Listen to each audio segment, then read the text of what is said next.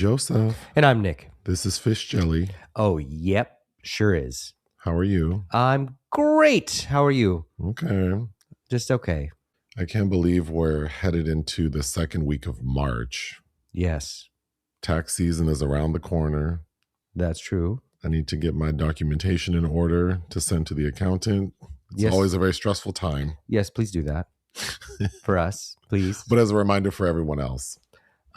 Don't do it at the last minute. That makes it worse. It does, and more expensive. Yes. Well, there was a little clip that got you all aggravated regarding Kid Fury. It did get me aggravated. What is the context? Well, I haven't listened to Kid Fury in a long time. The Read, you and I used to put that on quite a bit. That's been years. But I don't know the context of the whole conversation. I follow him on Instagram, and it was a clip from another podcast. And the clip maybe I'd be less irritated if I listened to the whole conversation, but listening to this made me feel sour, and I didn't even want to bother to research it. But basically, he's talking about how wretched West Hollywood is, and white people, particularly in the West Hollywood gay bars. And I don't contest that. But he is espousing the need to just push everybody out of the way, like because they're vile human beings, and he's just going to push them. And I don't know, that is just so disappointing for me to hear from him, especially with his platform, his reach, and those are sour grapes. I don't know. That's not, queer spaces are supposed to be, you know, that's a communal, collective space, and you have to put out the energy that you want to receive. And while I agree that there's a lot of shitty people all the time, you can't let that, you shouldn't be going out then if you're going out to already be in that mindset. I don't know. It just really rubbed me the wrong way, especially in America 2026. This is not where we need to be channeling the energy. You need to lead with kindness. I don't know. And that's not the way to get those shitty white people on board with anything. And then you're going to incite violence. Queer spaces are already, a dwindling enterprise. Why do we want to cause conflict in that way? I don't know. I just really didn't like that. I understand what he's saying, and I agree with some of it, but that is not the way to curb that. I don't know. Well, the clip came from the Furious Thoughts podcast, and what he said specifically is white people are the worst, especially the white gays in West Hollywood. And when he sees them in the club, he's not going to say, excuse me, he's just going to push them. I stopped listening to the Read because I think Kid Fury is very negative. Yeah, I don't. And it's exhausting. So I stopped. I don't even know why you follow him on Instagram if you don't care for him, but I just don't like that negative energy. I don't think it's helpful to say, again, I only listened to the clip out of context. If before that he said that group of people pushed him. But that's a specific person then. But that's a specific person. He's making a very big general statement. I know that's part of his brand, and, people, like, it really resonates with some people. I don't care enough about Kid Fury to even want to try to defend him or think about what he said. But yeah, out of context, it's... In times like these, Gavin Newsom was saying the problem with Democrats is that we get so hung up on like random little things. And I think this is an example of that. Like at times like these, why are you saying things like this about a space that's supposed to be safe for all queer people? Now, as a brown queer person, I also think that the white gays in West Hollywood are not the people I want to be around. I don't even really go there, but I'm not, to say that I'm going to push a specific group of people when I see them in a club, that just seems kind of reckless. And then to make that a clip that you put on your social media, like he posted that, feels odd, but whatever. That energy needs to be channeled in a positive way. There's not a black gay club in West Hollywood. How about we start some grassroots shit to get that off the ground? So... Well, I feel like it's pointless even talking about him specifically because from what I see, most of what he puts out there is like negative energy. A lot of what he says uplifts black people. So that's the part of him in the Read that I liked. Right, but yeah. A lot of what he just seems sour and bitter. And again, that's why I stopped listening to the Read and I don't follow him on Instagram. because I just got tired of that energy. How about you go in and command the space and people will move out the way? I don't know. I am always very aware of my space. I was taught to be polite. I say excuse me, I smile. We're all sharing the space. I mean, I love going to Akbar. You were there with me briefly last night to watch Drag Race, and when that place gets filled up and you want to move from one end to the other, you have to be polite. Again, also There are a though, lot. I mean, I just feel like this conversation is pointless because what you're talking about is not like I feel like he is known for saying inflammatory things. So I feel like he just says shit like this to get a reaction, and the people who do follow him. Because if you read the comments of that post he shared, I mean, all of the comments are saying like, "Yeah, push him." So he's just feeding his base, I guess. But no, of course, like to share a space with people, you should be respectful. And so I don't know. It's like getting upset over someone who their entire brand is to say inflammatory things. It seems the root of the problem that he's trying to address is a problem that needs to be addressed with white, gay, privileged, ethnocentric behavior. Yeah, of course. Well, that's why I don't like Akbar. I feel like that's not the space for me. I don't feel comfortable there. I actually hate that bar. So I don't go there except every once in a while when I feel like I have to. But you like the comedy nights? Yeah, but I don't like that bar. And the crowd is like, I don't feel like that's a space for me. And that's fine. If it's not meant for me or that's not who goes there, then it's just not for me. So I think that's what I learned in my years is to just not frequent or support things that don't feel like they're for me instead of I'm not going to go into a space and start pushing people around. And no, like if y'all don't want me there, then I'm not going. But if there are spaces I want to be in, then I'll find room for myself there. But again, I feel like Kid Fury is not worth talking this much about because I think he's saying these kind of things to incite this kind of I don't even want to call it a debate. It's just I don't know. He just seems inflammatory to me, and his audience likes that. And there are a lot of people that behave that way, and when I go out, invariably I come across some dark-sided people. But I find when you talk to people, you can diffuse a lot of situations too. And the other thing is, when you feel good about yourself and you're happy, you just aren't acting that way anyway. I don't know. That's another reason why I don't go out. I don't need. That's a lot of energy. Just like the way you described it is like if I'm going out to relax, have a drink, listen to some music, and I got to sit here and deal with everyone's bullshit and diffuse situations, and that's not every night. But that's but I mean, it's just like if that's how he feels about going to these places, I don't even know why you step foot over there. Don't go to West Hollywood. I don't go to West Hollywood very rarely. That's because I don't feel like that place is for me or where I can really be myself in my own headspace. I do like Akbar a lot. I don't think it's meant for me. I mean, I had a really long conversation with these two trans women last night about films, horror films, blah, blah, blah, kind of innocuous. And then one of them said, you're our elder, but in a complimentary way. And it's like, yeah, I guess it felt good. But then when I related that conversation to somebody else, they were like, I can't believe that they said that out loud, but it's the truth. And that was the vibe. I don't know. You never know who you're going to talk to or come across or vibe with or bond with. And to me, that's the importance of queer spaces and being open and friendly and kind, because that's the shit we need. Well, ironically, I feel like some people are only kind in those spaces, but in every other space, they're not nice. So it's like the inverse of what Kid Fury's doing. Well, you have to start.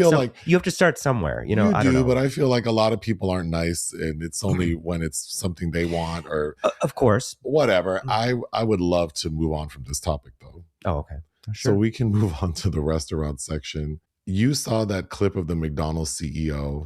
Yes, and his petite little bite. Oh my God, trying to promote the new Big Arch burger, which is, it's kind of like a double quarter pounder mixed with a Big Mac. It's a lot of meat. It is a lot of meat. And I will eat McDonald's now and then. And every time I do, I feel like I should have eaten it. I do want to try the Big Arch. If I do buy it, I'd probably take a bite similar to what. Dubai. We could share one.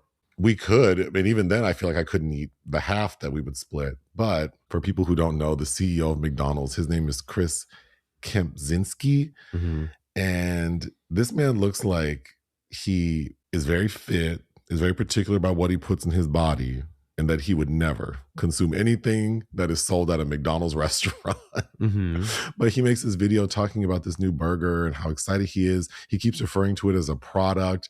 The way he's talking about this food, this quote unquote food, is like it's not actually meant to be consumed. I love product.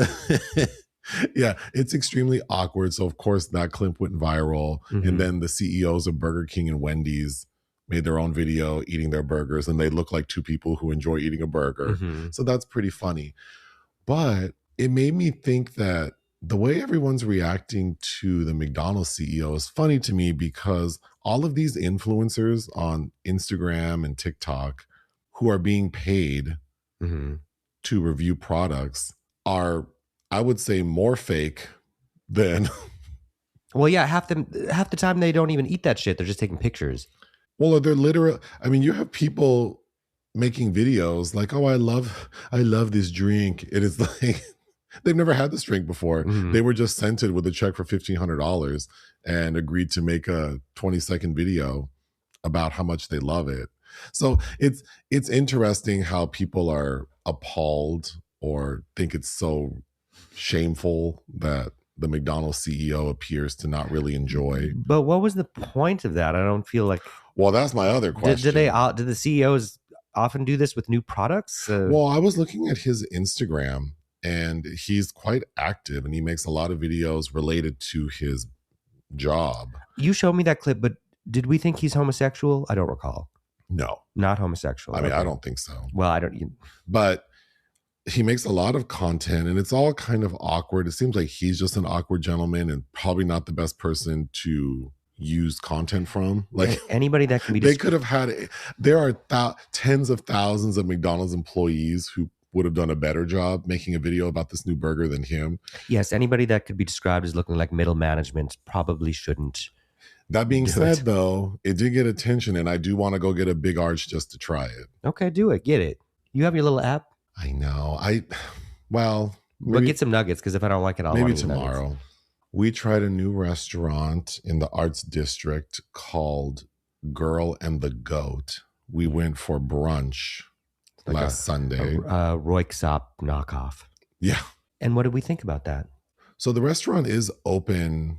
They have some interesting hours. During the week, they're only open for dinner, and then they're only open for brunch on Sundays. So we happen to be over there. And, you know, the Arts District is cute, and there are a lot of cute spaces. What to say about Girl and the Goat that's positive? The space is really cool. The space is cute, and it's big. We had to wait, so we drank a little bit. We sat at the bar. Had a double IPA, as I recall. And I don't know what was in that drink, but that double IPA got you together. Oh, it did. I was feeling that for sure. So the space is really, really cute, and it was jumping. Yes. The food we ordered, I was underwhelmed.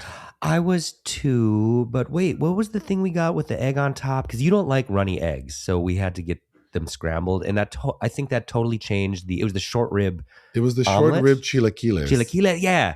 And the short rib was good, but you know, once you scramble the eggs, it doesn't really fit with the dish. It was like a big, I don't know. I egg blanket. Eat chilaquiles often, and I always get my eggs scrambled, and I thought the dish was good, but not $36 good. Oh, hell no. Yes, the price of these It was the price. So I did enjoy that dish, but $16 would have been too much still. Too much still for the portion size and what it was.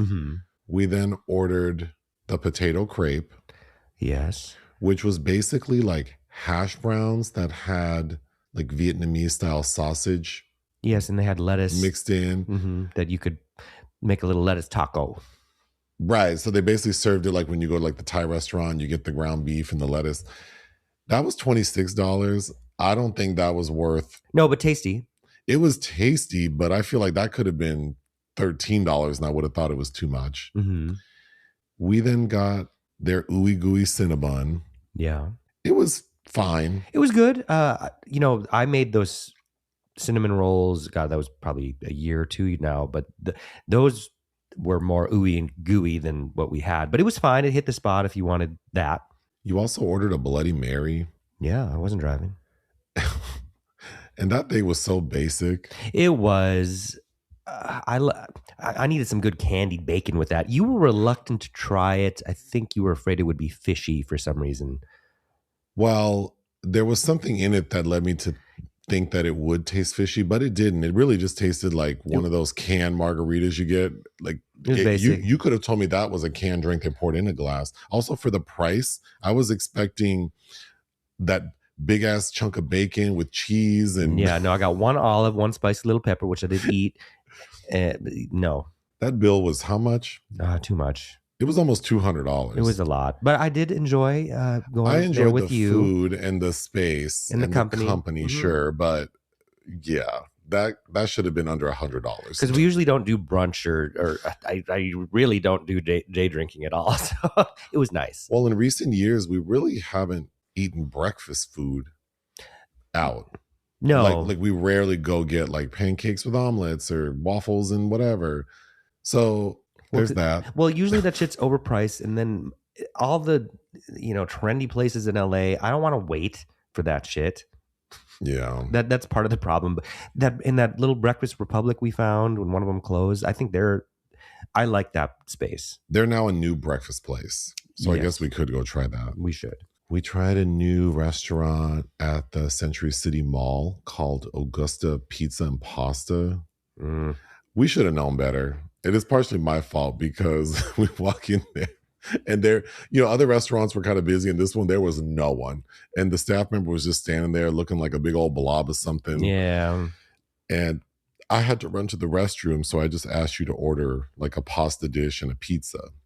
Mm-hmm. We get that food. Let's start with the pizza. Okay, it's hard for me to say no to pizza, and I always want to try new pizza. The pizza was fine. It gave me what I needed in the moment. Would I get it again? Probably not, but I wasn't mad at it.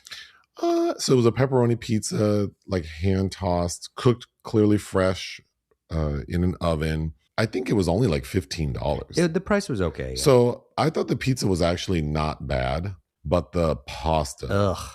You got this spaghetti that had jalapenos in it. That shit tasted like... Well, and we ordered in, right? So the pizza comes out on the nice... in a box. Well, no, the pizza was in a box, but the pasta was. Oh, that's right. The pizza just came on like a cafeteria tray, but they put that pasta in a box. That was so awkward to eat.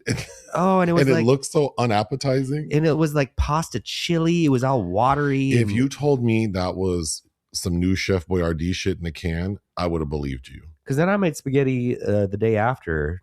Yeah, I was so disappointed with this spaghetti. I had you make some the next day, and there's a brand of sauce you usually get. Or like Rouse. Mm-hmm. Which is, what is that, like $12, $13? Not even, but so good. And I made homemade pasta sauce too. Man, I don't, like, what was that? It almost tasted like they boiled spaghetti noodles, cut up some fresh jalapenos. I don't even know if those were fresh. And then they took ketchup and watered it down and then poured that over it's not well reviewed on Google. Ugh. So I can see why they're not busy. Maybe I definitely, if I did have to eat there again, I would just get the pizza. I don't think we'll ever have to. There are many options in that space. There are, unfortunately for them.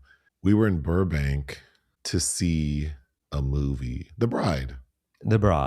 And beforehand, we ate at Kopan Sushi and Ramen Bar, which is a chain. Yes. Mm-hmm. What did you think of the space? It was cute. I mean, they had half of it closed off. We waited a little bit, but not long. The service was fast and friendly. I liked the space. It reminded me of that scene in Kill Bill. Oh, yeah, with the crazy 88s. Yeah, it looked like that. Mm-hmm. I liked my food. We both got ramen. Mm-hmm. I'm not sure what kind I got. I had never had a broth like that, and then it had like black... The ink, the squid ink. Was that squid ink? I think so. Yeah. I really liked my chicken ramen with the squid ink. The broth was really rich. Mm-hmm. You got chicken, regular spicy. The breaded chicken cutlet in it. Oh, yeah, I never had that before. That was good. You ordered some... a crunchy tuna roll. That was pretty good too. That was good. Yeah. And some Sapporo. Mm-hmm. And you got this lemon flavored sake that was quite good too. I was going to say, I think I'm getting into sake because it has a little punch to it and they're tasty. Yes, and I like the that you get the little thimble, you can nurse on it. Lastly, I have a story from last week. I was running around and I was hungry before the gym, and I needed to also get toilet paper and paper towels. So I stopped at Ralph's grocery store. Mm-hmm. And for some reason, I don't know why I did this to myself, but in the hot section, like where they have the rotisserie chickens, they had sandwiches. And I'm like, oh, let me get a sandwich. And I assumed it'd be like a fried chicken sandwich. That was already prepared? Yes. No, those are never good. Well, neither are the wraps. I do have to say, though, the last time I was in Fort Lauderdale, the chicken at the Kroger be popping. The Kroger. I do. Someone's auntie is in there. Often get doing their own special recipe because the chicken tenders at Pavilions. The chicken tenders at Pavilions are good. Mm-hmm. But I go and grab a sandwich from the hot area and I realize that it's a fish sandwich. Mm-mm. So I thought, ooh, I don't know. But then I'm like, well, I'm hungry and whatever. And it said like a cheese fish sandwich. So I buy my other things, get to the car, open it up. Man, that shit was disgusting. It was disgusting. Was there tartar sauce? There was no tartar sauce. There was no cheese on it. And the fish was like a Van de Kamp's halibut filet that had been microwaved. So it wasn't crunchy. And the bread was like the cheapest, like the 99-cent burger buns that have no flavor to them. Was the bread gone wet again? But the reason I'm telling the story is because, and it's related to some oranges you bought last week. Oh. I got out of my car and went back into the Ralph's and asked for my money back. Oh, good for you. I said, this says it has cheese on it. There's no cheese. Not today. And this thing is disgusting. Okay. And the lady kind of laughed at me and she's like, no problem. But we'll put it back on the shelf. Last week, you bought some oranges. And as soon as you brought them home and I opened them up, there were two mushy ones. Yeah, I should have checked. That's my fault. Well, I know better. Do you like when you do with eggs? You have to and check. It happens, but I think we need to normalize returning stuff to the grocery store. Sometimes it's just half the oranges are good. I ate the good half. I don't know. Sometimes it's such a hassle. I'm going to start returning shit to the grocery store. Good. Do it. Well, sometimes the chips are all like 80% of the chips in the bag are all crushed up, and we don't buy ice cream often, but when it's clear that shit thawed out and refroze, it melted and returned. I'm going to start returning all of it. That drives me crazy. Oh, what we forgot to mention is before we went to Girl and the Robot, we went to Little Tokyo to perhaps eat at this mall with this bowling alley that has all these restaurants, although half of them are closed on a Sunday. And we perused for quite some time this grocery store where we bought lots of odds and ends. You know, I have to say, we live near Koreatown and there are a lot of really cool grocery stores. And we've had occasion to go in a couple of them. Mm-hmm. And I don't know why we don't go more often, because every time we go into like the things. Asian market, we find really cool weird stuff. Like new to me things. But the one we went to, which is where the XL bowling like lanes are, mm-hmm. which is also near the Arts District. So much cool stuff. Although, I like sauces. Ooh, yeah. And sometimes it's a gamble. I encouraged you to get this brand of barbecue sauce, and the one you chose, which is $14. That was disgusting. It wasn't good, and it was more like soy sauce, which I don't mind. It tasted like soy sauce Robitussin, but without the effects that I would want it to have. But they did have this Mike's hot honey, like extra hot honey. That shit was good. We do have something in the Sorry to This Man section. Oh, no. In our review of the HBO documentary Murder in Glitterball City, I referred to one of the people featured, Mykul Jay Valentine, as a sexy stripper. Uh-huh. And he reached out to say he is not a stripper. He is an entertainer. Okay, well, he was shirtless through the whole thing, so... Well, see, this is not how you... I know, but... And you do this every time. Who said it? Who said it? Did you say it or did I say it? And I don't know why you start talking before... You just put your foot in your mouth all the time. Oh, I don't think... I'm trying to be funny. But whatever. Said it. Well, you're ruining it because... Yeah, I shouldn't have called this person a stripper because in the documentary, they're not stripping. They're performing like almost like a drag queen. So yes, sorry to cast aspersions on the profession, but it was not the content. It was not intentional, and we apologize. No, we didn't apologize. I thought you did. I apologized. You made excuses immediately. I'm just playing devil's advocate. Films released we didn't cover. Ooh, harsh segue. Pixar's Hoppers. The moneymaker this weekend was an animated film that I didn't want to see, directed by Daniel Chong. It does look amusing. I think it's about a woman who is able to inhabit a beaver and then gets access to behind the scenes shit in nature, something like that. Protector. Directed by Adrian Grunberg, who previously did Rambo: Last Blood and Get the Gringo with Mel Gibson. It's nice to see him moving on to female action stars, as Mila Jovovich stars as a war hero whose daughter gets abducted. Mother's Baby. This I reviewed out of Berlin in 2025, so over a year ago now. Austrian filmmaker Johanna Moder, starring Claes Bang, who I believe we both like Mr. Bang as a screen presence, but this was kind of a Rosemary's Baby ripoff. Is that the person we reviewed in a movie? Yes, and you made fun of his little penis. Yes. I wasn't making fun of small penises. No, I was commenting the pubic that his mound. pubic hair was overwhelming. It was obfuscating. Yes. His penis, and apparently the publicist liked the review, but said they weren't going to show it to him because of my comment. Yes, we had another publicist for a Diane Kruger film who was like, "We loved your review, but we think Diane wouldn't like things you said about her." I'm like, "Oh shit." Well, yeah. Sorry. Sorry, Diane. Peaky Blinders, The Immortal Man. I've never watched Peaky Blinders, the series, so yeah. This is a sequel starring Cillian Murphy and others. Tom Harper, who's not really a director I like. I couldn't stand The Aeronauts. We have a review for that from years ago. I hated that. I thought it was so boring. Anyway, this Netflix is dropping it in theaters. Now Tom Harper can't listen to this podcast episode. That's my opinion. He's done other things I think that I didn't feel as strongly about, but Aeronauts was so, come on, man, that was boring. Anyway, this is getting a theatrical release before it'll be available on Netflix, I think, next week. Pompeii, Below the Clouds. I saw this in Venice this past year. It's the latest documentary from Gianfranco Rossi, who's previously won Venice and the Berlin Film Festivals with his documentaries, of course, son of the great Francesco Rosi. This, when I saw it, was called Just Below the Clouds, and they've added Pompeii. Beautiful cinematography. This is depicting kind of a wide variety of things going on in Naples, and it's fascinating. It's beautiful. I would recommend seeing this in a theater. I really did enjoy it. I think I liked it more than the aforementioned films that he won previous festivals for.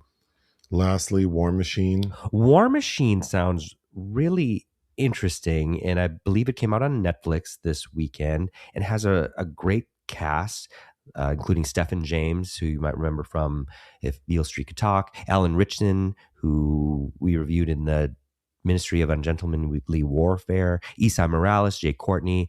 I'm really not too keen on Dennis Quaid these days, but he's in it, and Keenan Lonsdale. And I think there's some kind of alien element that the military is battling. I don't know. That sounds like something I would watch. This past week on Patreon, we dropped a review for the 2002 film The Guys, starring Sigourney Weaver and Anthony LaPaglia. Yes. This one was donated by Nicholas Bell, so Yes, anyone can listen to it for free. Mm-hmm. So if people aren't a part of our Patreon, you can join as a free member, and usually monthly, Nick will donate a review. Yes. I do every month. Mm-hmm. Well, you do every month, but we don't always get to it. Sometimes, I don't prioritize. Yes, the story of my life. Yes. The oppressor. Oh. Unfortunately, there are a couple of entries in the obituaries section. Stephen Hibbert died. People probably know him best as portraying the Gimp in Pulp Fiction. He was 68 years old. He died of a heart attack in Denver. Oh. And then Corey Parker died at the age of 60. I think he is best known for a recurring role on Will and Grace. Okay. Yeah, he died. God, 60 already. Jeez. The secret film this week was your choice, and you chose the 1994 American comedy drama, The Paper, directed by a Ron Howard. Yes. It stars a slew. Who slew Auntie Roo? Who? Oh, Shelley Winters. Of really cool people. Why did you choose this film? Because we didn't get around to honoring Catherine O'Hara and Robert Duvall, who recently passed. So they're both in this film. I'd never seen it. I'm not a big Ron Howard fan. Great cast. So this felt like the time. What is it about? New York City tabloid editor Henry is faced with tough decisions while he faces several serious life challenges and a tempting job offer. I loved this movie. I did really like it. The third act is incredible. It's so tense. There was a point when we were, sometimes we say we were screaming at the screen, and we are. Yeah, But we were screaming. when I say we were screaming at the screen, I was so anxious and tense. Yes. In a fun way. Yeah. There is a fist fight between Mykul Keaton and Glenn Close. If we were like, oh my God. Oh, yeah. Glenn, I love Glenn. We'll get Close. back to it. Uh-huh. But it's written by the Kep brothers. David Kep is a screenwriter and director, I mean, well renowned, and I think he's, for the most part, an incredible writer. But it doesn't quite have the far reach of something like a Network, but as far as a comedy about a profession that has changed considerably, that I don't know, it's a very nostalgic, romanticized film. I like it a lot. What is the movie with Tom Hanks and Melanie Griffith? Bonfire of the Vanities, which came up for both of us while we were watching this. I feel like it's like in between Bonfire of the Vanities and Network, Yes. but more towards Network for me. Like it's that good. Yeah, I Not would as agree good with as that. Network, but No, it's definitely much better than Bonfire. which is what I'm trying to say. Mhm. But I think the reason I love it is I love being taken to a time and place where I wish I could have experienced. Mm-hmm. Early 90s New York. Oh God, the offices that they're in and the view they have, it's, yeah. When I was in high school, I was very into journalism. I was editor-in-chief of the school newspaper for 3 years. I actually got a scholarship in journalism. And when I started undergrad, my major was going to be journalism. But Yeah, you got to interview August Wilson. I did, Mhm. yes. So this felt like a fantasy. A bit, yeah. Like the way it portrays New York and the vibrancy, the fast-paced nature of it all. Even like the architecture, Michael Keaton's apartment, the building they work in, Mhm. that just felt like a fantasy to me. Then it's smart and funny. Mm-hmm. We'll get to some of the weaker spots, but overall, this is something I could watch multiple times. Yeah, I'm so shocked I've never seen it. I don't know, because it did get an Oscar nod, I think, for best song or score, which is interesting. But because some of the performances in this are pretty good. The story takes place over the course of 24 hours. Mhm. We focus on Henry, portrayed by Michael Keaton. Henry Hackett. He's an editor at this fictional newspaper called The Sun. Mm-hmm. They're in New York City. The Sun is kind of a trash Tabloidy. newspaper, so like Mhm. tabloidy. He has a lot going on. He is offered a higher paying job at a more serious newspaper. The Sentinel. And that's important for him because his wife, Martha, portrayed by Marisa Tomei, is very pregnant, and she wants him to leave his stressful job so that he can focus on being a father. It's important to know Marisa Tomei is also a journalist and also worked at The Sun before she went on maternity leave. Mm-hmm. So there's that in the background. Also, on this day, we see that 2 white Wall Street types are found murdered in their car. Yes. And 2 young black men are accused of it. They're actually kids. They look like teenagers. They're teenagers. And the car that the dead white businessmen are in, the film construes it as racial epithets, but it says white or whitey ghosts. I don't think that meets that definition, but okay. So a rival newspaper prints the story first. So Michael Keaton's character is very concerned that they didn't get the story first. He's also seemingly trying to legitimize the paper he works for. Mm-hmm. So the bulk of the movie over the course of this very long day is Michael Keaton trying to get the next big headline for this story. Mm-hmm. He finds out because there is so much happening on this day. He goes to his final interview at the Sentinel. He's offered the job, but it's very clear that he doesn't want the job. He's offended after that editor, who was played by a man I recognize. Spalding Gray. Oh, Love duh. Spalding Gray. Who It's just Spalding Gray. He committed suicide. He kind of mocks the Sun, like, oh, your little cute paper over there. So Michael Keaton clearly has pride for the paper he works for. So you can see in his face, he's like, I'm not working at the Sentinel. Right. Also, he's trying to figure out, do y'all know anything about this Wall Street murder situation? And Spalding Gray is kind of playing it off like, well, no. And you can see that he has some notes on his pad. Mm-hmm. So Michael Keaton basically like distracts him so he can read his notes. Classic. And Michael Keaton discovers that those two young men, those two kids, are really not guilty. Mm-hmm. This is just the police trying to blame someone so the public will calm down, knowing that in a couple of days they'll be released because they can't really press charges. Mm-hmm. So Michael Keaton wants that to be the headline, that they didn't do it. That's going to be the big headline with the picture of the two boys being taken into custody. Well, aren't Spalding Gray's notes also where he gets the lead that the dead white men were affiliated with the mob? That is the note he saw, which Okay. leads to him understanding that it's a cover-up. Yeah.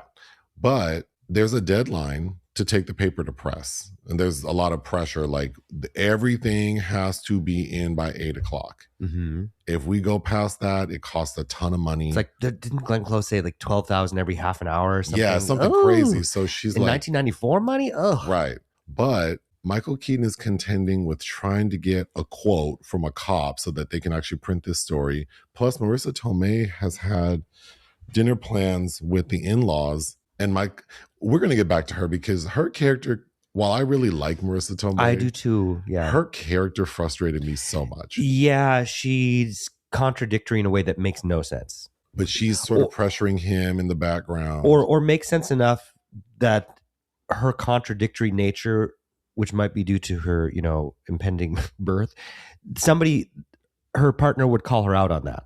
Randy Quaid is in this movie. Yes, he is. And I thought he was very good.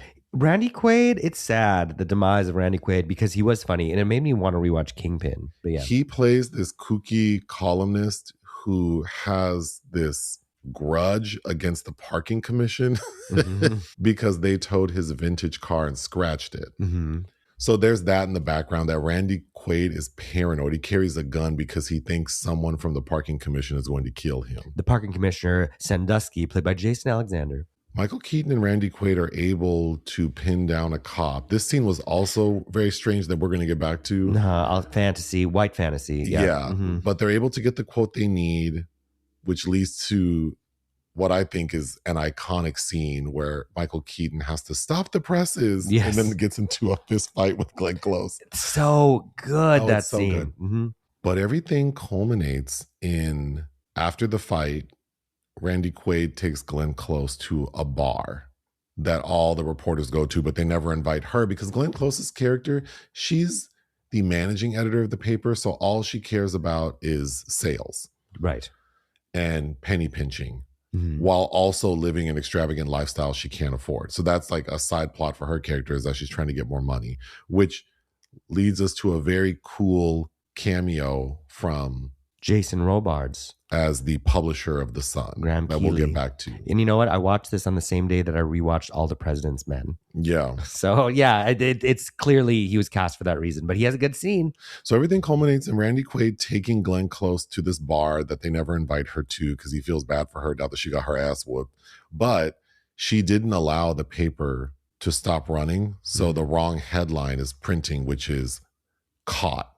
So the front page story of The Sun that next morning is going to be a picture of those two black kids with the headline caught, even though they know it's not true. Well, and her rationale is that we only have to be right for one day. Right. So we can print the correct story tomorrow. Right. So she's at this bar. Robert Duvall is the editor-in-chief of The Sun, and he has a full backstory we'll get to. But he's at the bar having a drink. Jason Alexander is there, who you already mentioned is the parking commissioner. And he seems stressed the hell out. When he sees Randy Quaid at the bar, on site, he fights. It was comical. Yes. That's the kind of shit you want to see. When you're so mad that on site, I don't care. He loses Talking about pushing white people in the club, Jason Alexander pushed everyone to the side to go jump on Randy Quaid. But again, what did I say? Specific person, specific context. And he grabs Randy Quaid's gun. And in an attempt to shoot Randy Quaid, he shoots Glenn Close. Also at the same time, a very pregnant Marisa Tomei starts hemorrhaging vaginally. So, of course, they need to get her ass to the hospital. So the end of the film was giving me For Colored Girls because everyone ends up at the hospital. Yes.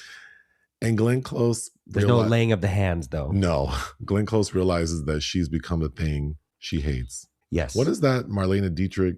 We all become the... Each man kills the thing he loves? Yeah, each man kills the thing he loves. Uh-huh. That's what was floating in my head. That goes back to Oscar Wilde, but yeah.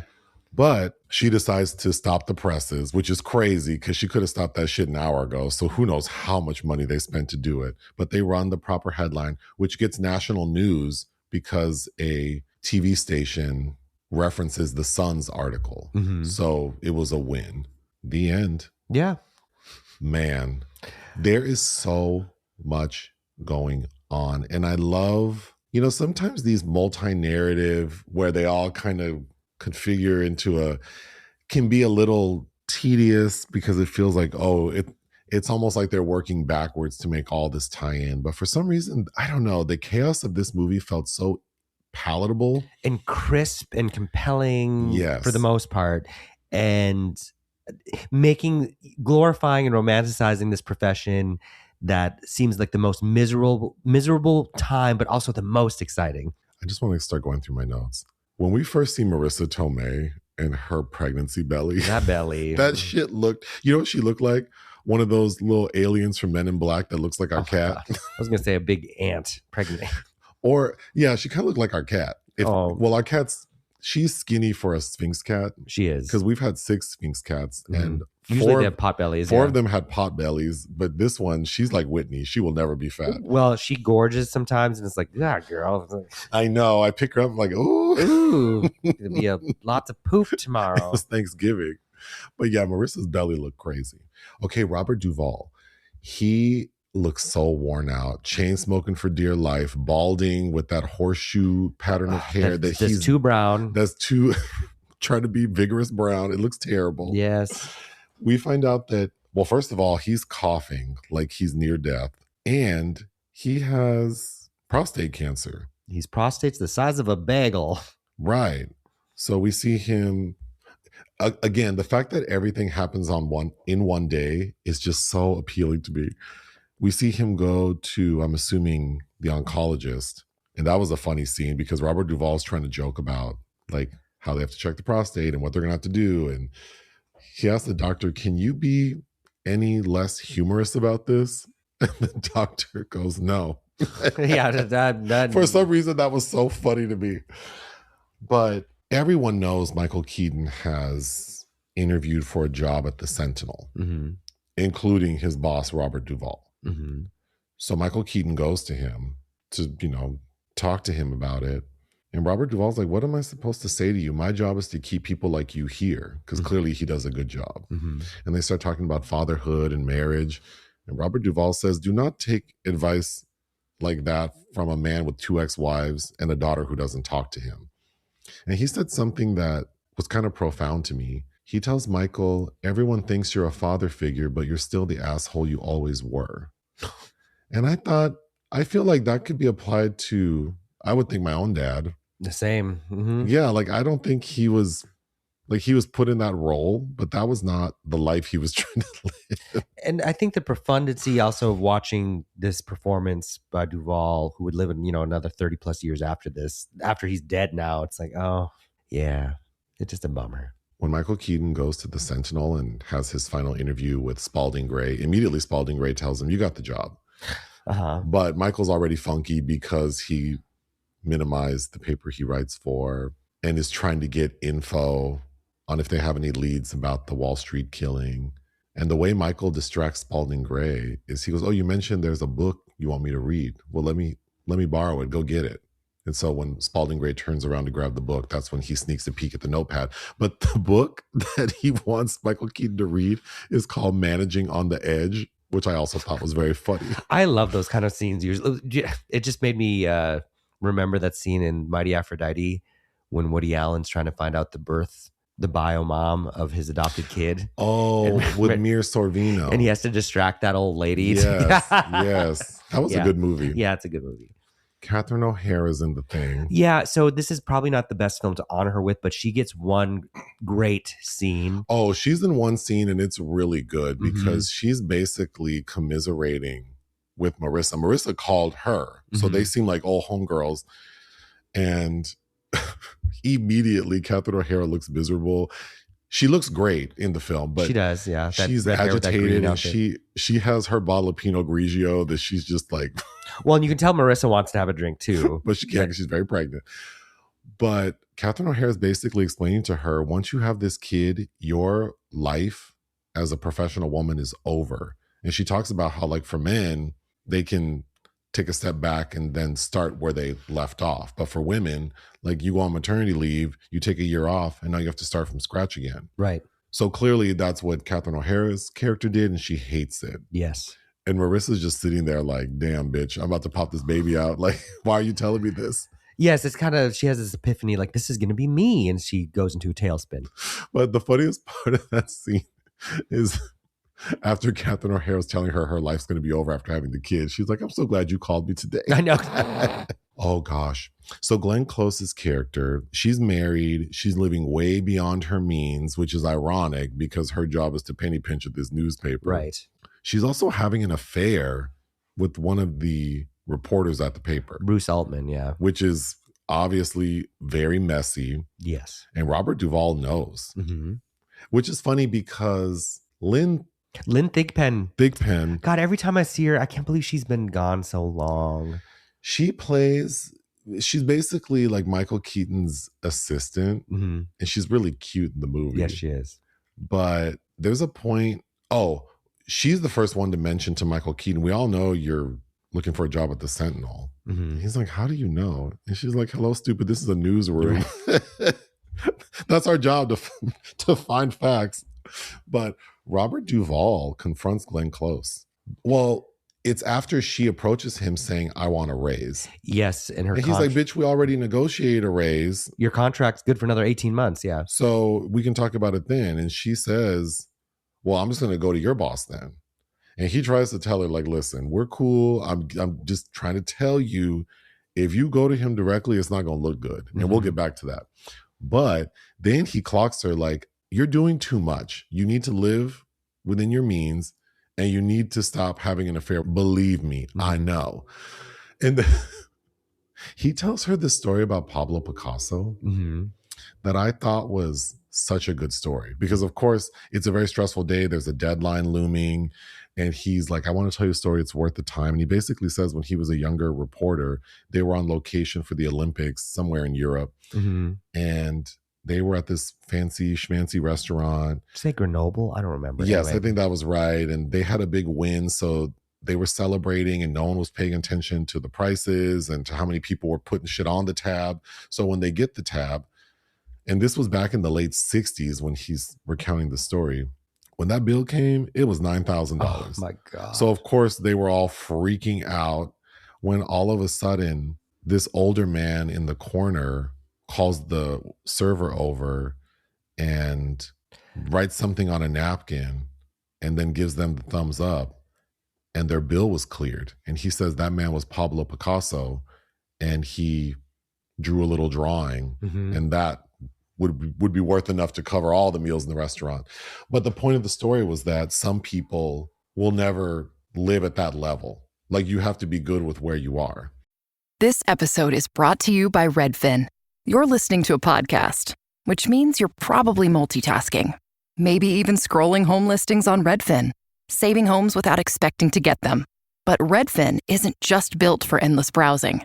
It's built to help you find and own a home. With agents who close twice as many deals, when you find the one, you've got a real shot at getting it. Get started at redfin.com. Own the dream. Dripping in gold? That's cool. Dripping in Velveeta's supremely creamy golden cheesiness? That's respect. Elevate your drip with Velveeta's range of outrageously delicious dips and dishes. Shells, cheese, melty blocks, and heat and eat queso that go all in on indulgence. Flex on your fam with a creamy, cheesy masterpiece and go all in on what you love with Velveeta. Respect the drip and satisfy your cravings. Bring home the drip with Velveeta. Right. Yeah. And I don't know if it's in that scene, but somebody else tells Alicia, Glenn Close, that when you are chasing the money, you're miserable. If you need to just get out of this racket if it's for the money. I really do think that's how I lived my life. And I think I got that from my mom, because my dad was always very obsessed with money. And my mom always had the attitude of like, well, if you work every day, you should be fine. And I think that's always been my thing. Like, if I just work, I should be fine. And like, I don't obsess about, I don't think either of us obsess about money. No, because my dad was like that too. Almost, but we was lower middle class family. The context of that is he was laid off for 7 years. My mom supported. So the context of how my parents behaved about money makes sense. But I also vowed that was not going to be me. You live in moderation, of course. I don't live beyond my means. I think I told a story on the guys recording about buying Versace. Oh, the first time you went to New York. Yes, at an outlet, so it wasn't as expensive as buying it, But you still spend like what, $500? I did. I spent all my little money, but that might be the last time I ever bought something like that. I don't really need to buy. I don't like name brand clothes. My car, while I like it to look nice enough, I needed to get me from to and fro. I don't like that kind of shit. But yeah, I don't want to obsess about money. I want to have the things I like and feel good about myself so I can make others feel good around me. And when will you start doing that? Sir. Let's talk about Randy Quaid. He's funny. When we first meet him, he's asleep in Michael Keaton's office. And Michael Keaton's like, why are you in here? Well, the parking commission's trying to get me. For some reason, that shit is so funny to me. And he's funny. He's paranoid. His expressions are great. I mean, Randy Quaid had good comic timing. At a point, someone's like yelling something at him. How could you not know that? And this man's like, I don't read the newspaper. He's like, I don't read this paper. That sounds very me. Yeah. At a point, Marisa Tomei storms into the building. Okay, we're going to get to her in a second, but she storms into the building for two opposite reasons. Mm-hmm. One is because she wants to work on a story, but the other is she wants her husband to stop working. But she wants to have a conversation with him. And this scene was brilliant because she storms into his office. She wants to talk. He's like, can it wait? I have a 3:00 thing. Like, we got to... No, it can't wait. And then all of a sudden, all of his reporters walk in and everyone is screaming at the same time. Including this man that wants an ergonomic chair. Yes. That chair was $600. That was a funny moment because that man, his entire plot point, this character, is that he wants a chair. He orders it and says, y'all better let me expense it. He gets the chair. And again, this is all within like the same day. And then we see later that day, someone took his chair. And put a stool. And he had put a big sign on it, like, do not move this chair. Petty. But anyway, everyone's screaming in Michael Keaton's office while Marisa Tomei is trying to get a word in. And Randy Quaid shoots that damn gun and says, y'all need to let Martha talk to Henry. That was such a great moment. Mm-hmm. Michael Keaton's obsessed with Coke.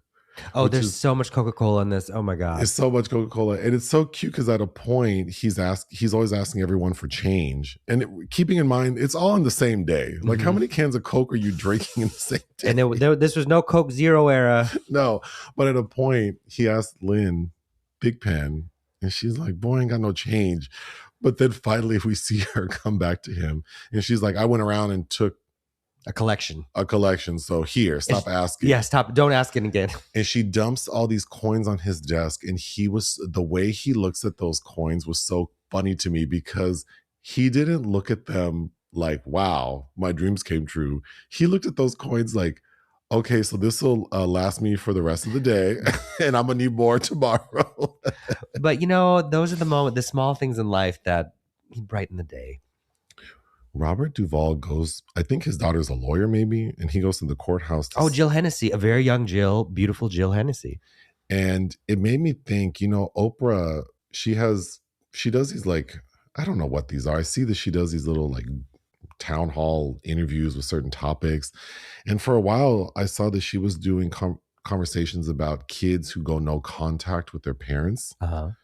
But it seems like Robert Duvall's daughter went no contact with him. And we don't get a lot of facts, but I think it's very clear that he let his work consume him. Yes. And clearly lived a very unhealthy lifestyle, which is very stressful to the people who love and care about you. Mm-hmm. So I think the combination of him just being all about this paper and himself, pushed his 2 wives and his child away. So, that's an important scene because it's supposed to foreshadow. It's like the Ghost of Christmas Future for Michael Keaton's character. So the article for the next day, it's very important the son get a picture of these 2 boys basically doing the perp walk. Yes, and we hear about the main photographer's out sick. Yes, the main photographer's out sick. So Michael Keaton, and we don't learn this until it's in full motion, that he's trying to sabotage it because he wants to run the story he wants. Yes. So he sends this girl. We keep hearing about her, Robin, and how inept she is. She looked like a kid. Amelia Campbell, she looks like the softer version of Amanda Plummer in this era. That was a super stressful scene. Poor because thing. And I just knew she wasn't going to get that photo, and everyone's pushing her around because she's this itty bitty thing, and we see her just snapping anything, just jumping, like it's all out of focus. But when you're that age and it's so important to do something right. But the most satisfying part of it is, of course, she's so disappointed, and she gets back to the office and she's in the dark room developing those photos, and then we see her take it to her Devil Wears Prada magnifying glass, look at the photos moment, and all the pictures look like shit. But then there's the one, and the one is in focus, and it's the perfect shot of the 2 boys looking at her. And she was so triumphantly happy. I felt so happy for her. Okay, why did these 2 Wall Street guys get killed? Because they were basically playing with the mob's money and lost $5 million. No Gouda. So the mob got him killed. And we confirmed that through Marisa Tomei going to one of her contacts. Okay, Marisa Tomei's character. Why is she frustrating? Because she contradicts her. Like, she's acting so new. It's like, hello, dum-dum. What did you think was going to... Because she keeps castigating Michael Keaton. Oh, if I knew I was going to have to raise this child alone, I can't even get you to come to dinner on time with my parents. What did you think was going to happen? But at the whiff of a hot lead, she fully because we're told that she is like 2 weeks away from delivering, like her due date. So she is very pregnant. Not only is she a reporter, she's a reporter for the damn paper her husband works for. Yes.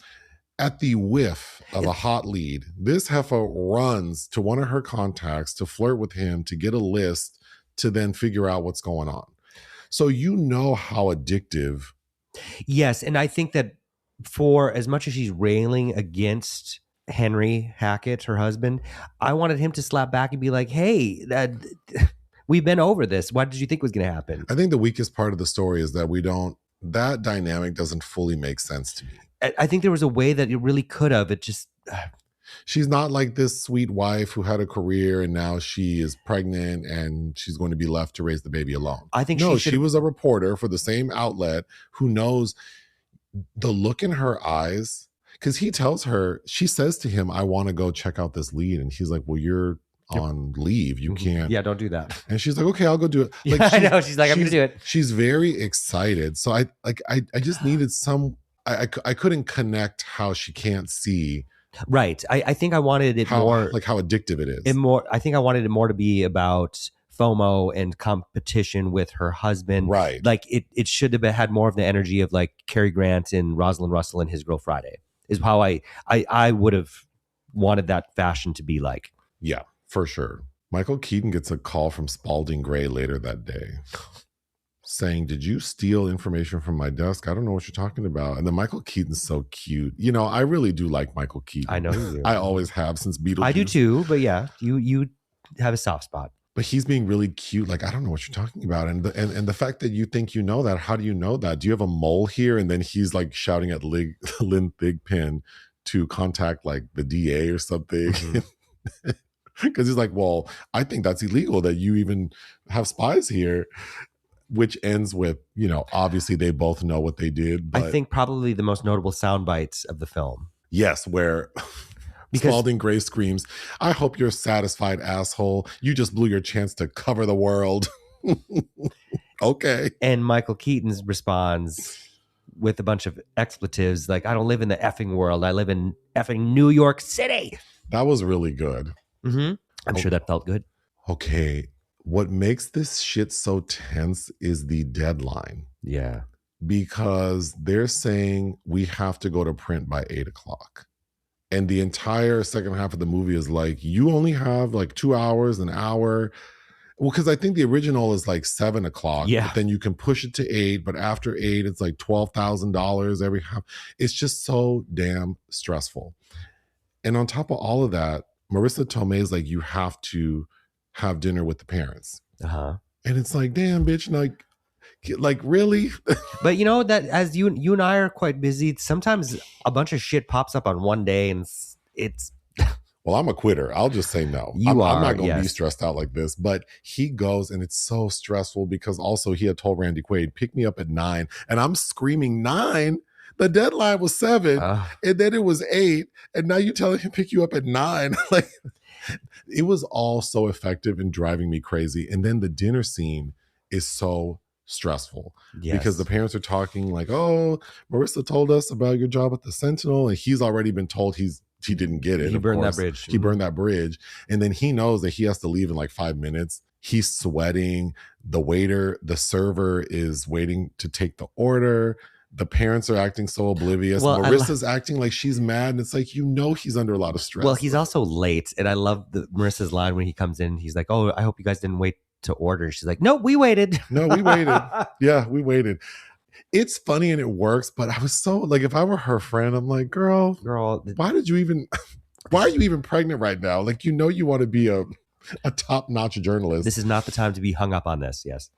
But again, speaking to what his future could be, while all of this is happening and Michael Keaton is sweating, there's this baby in the corner crying.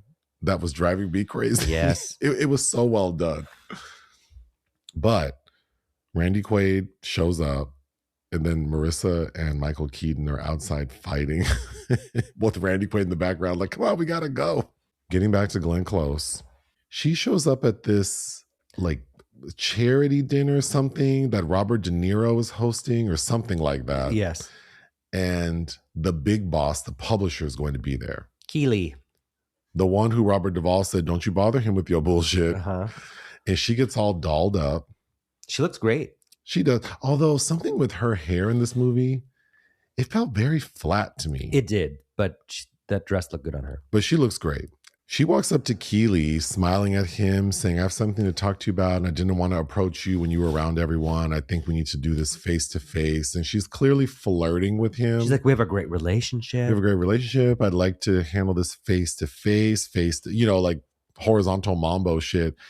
And Keely tells her, oh, bitch, I'm gay. And she's like, oh, that's not a problem. Well, that's not a problem, but and then he's like, psych, I'm not gay, but I don't know what you're doing. I thought that was such a great scene. Uh-huh. And then he basically tells her, like, bitch, this is so tacky. Like, the fact that you didn't go to Robert Duvall with this and you just came straight to me is not the way to go. Yeah, don't do that again. Mm-hmm. And then she chases him around the corner, but he was headed into the bathroom. Mm-hmm. And so she kind of walks into the men's bathroom. I thought that was a really good scene. What does he say to her? He's like, I'd love it so much if you weren't here. Yeah. Oh my God. Okay, so I love this movie, but Marisa Tomei's character and the way she's acting kind of rubbed me the wrong way. Also, the big scene at the end where Michael Keaton and Randy Quaid have to get a quote so they can print the article they want to print, which is they didn't do it. They go to the precinct and speak to this one cop. And I thought it was kind of unbelievable. It is. That they're able to guilt this cop into basically admitting that doing the right thing about these 2 black youths. Yeah, I don't agree he would do that. It just felt very like... Put his ass on the line for no money? Yeah. No, I don't believe that he would do that. Jason Alexander's hair. Oh, God. It's actually not unlike Bill Murray's hair in Kingpin. Oh, it's so good. Well, he's so good in this movie because he's progressively getting more drunk at this bar that he's sitting in with Robert Duvall. And Robert Duvall at a point's like, wait, what's your last name? That sounds familiar. Do I know you? And Jason Alexander's trying to play it off like, no, you don't know me. But he's progressively getting more sweaty, more drunk. His hair looks crazy. I thought that was so good. So we find out the paper is being printed, and we find out because Michael Keaton and Randy Quaid have made it back to the Sun. They're telling everyone, my doppelganger, Jeffrey Owens, is in the movie. Yes, he is. He's the person who I think, does like the copy printing. So they're telling him like, okay, you got to make the title say they didn't do it. And they're trying to get that all together when all of a sudden the building starts rumbling. And they're like, what is that? Oh my God, the presses are running. So Mykul Keaton and Randy Quaid run downstairs to try to stop the presses. And of course, the person, like the foreman's like, the only person who can do that is Robert Duvall or Glenn Close, and they're not here. Mm-hmm. So Mykul Keaton's able to get the key to turn the shit off, but then Glenn Close shows up. And they have a full-on brawl. Yeah. Punching, hitting, throwing.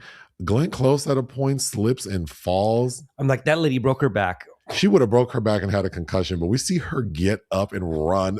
I mean, it's wild as hell. But we do get it's such a great moment when Mykul Keaton's able to say, stop the presses, but they don't. After the fight's all said and done, and Glenn says, we're not stopping the presses and you're fired. Then it's a somber mood because then at that point we see Marisa Tomei start hemorrhaging. We see Glenn Close and Randy Quaid walk out. And when Randy Quaid walks out, his car's being towed. And when the tow truck turns the corner, it hits like a newspaper stand. But that's when he offers to take Glenn to get a drink because she's complaining like, y'all don't even like me. How come no one ever invites me anywhere? When Glenn gets shot. Oh my gosh. Because the bullet goes through the wall. She's like, a bullet came through the wall. A bullet came through the wall. How did that happen? And then passes out. And she was right about to stop the presses again because she's on the payphone. So then as she's on the gurney and they're trying to take her to the OR in the hospital, she's fighting like, I need a phone. I need a phone. And finally they're like, ma'am, you have to sign the consent form. She's like, I'm not signing shit until you give me a phone. Mm-hmm. So I think it's one of the surgeons in the OR is on a cell phone and then she gets to use it and she stops the presses. It was all so great. Yeah, the end is brilliant. Also, Marisa, because they have to perform a cesarean, and they make that really tense. Yes. Because the anesthesiologist is saying, you can't cut her until she's under, and I need, you got to give me some time. So they're making everything so stressful. I feel so crazy because we haven't even talked about the person who directed it. Ron Howard, yeah. Do I know a Ron Howard film? Willow. Oh. Cocoon. Oh. Apollo 13. I really liked his most recent film that no one liked.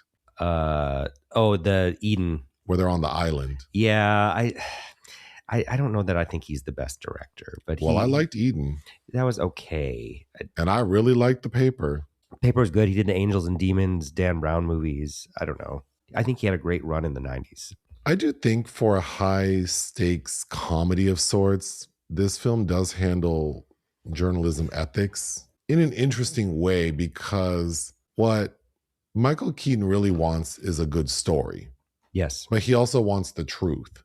And I think we're led to believe that they hadn't always been super concerned about the truth. Yes. But he wants to work for a more legitimate thing, which thinking about Bonfire of the Vanities and sort of the main storyline revolving around these two Black kids being accused of something and one having died, and commentary on New York in the 80s at that time. And with this one, it seems like they're less concerned about these two Black youths being accused of something they didn't do and more about just wanting to print the truth. Right. This film is extremely effective in showing deadline pressure. Oh my God. Because I don't even, I'm sure even in the digital era, there are deadlines, of course, but they're not as high stakes, right? Because I do read a lot of online media and you do often see articles edited. So you can edit things in real time. So you could have printed gotcha and then 2 hours later edited to say they didn't do it. Yes. So yeah, this definitely feels like a time capsule. Responsibility of the media, I don't know. I don't know how, it's a little unserious. It's a little unserious. I mean, obviously the power of the newspapers back then did shape public opinion, but I don't know that this film is really trying to highlight that. And then of course, work versus family. That's a really strong theme in this one. Yes. The film received positive reviews from critics. I would agree.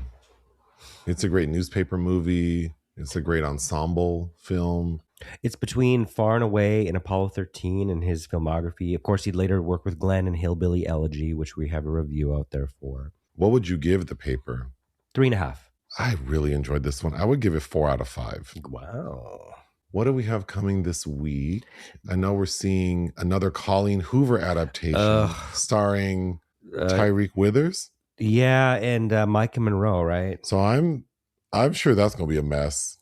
Reminders of him. We're also seeing Project Hail Mary. Yeah, that comes out the week after, but yeah, we get to see that next week. And I've already edited a review for the new A24 horror film Undertone, so that'll come out next week. Yeah, and then there's a couple other, I think there's 2 other horror films we might try to fit in.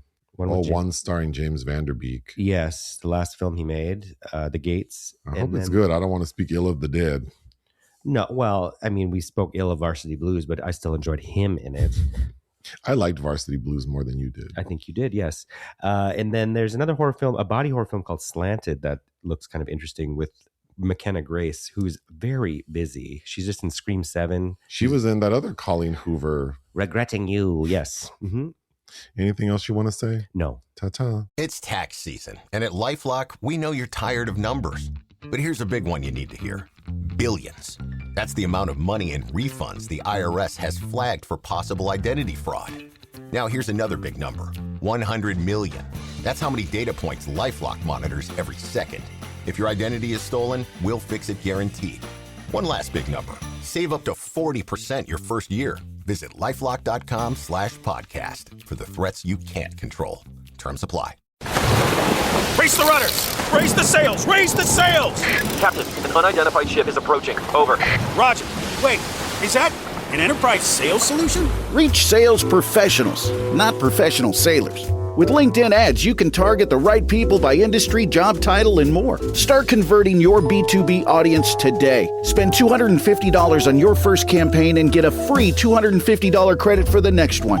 Get started today at linkedin.com/campaign. Terms and conditions apply.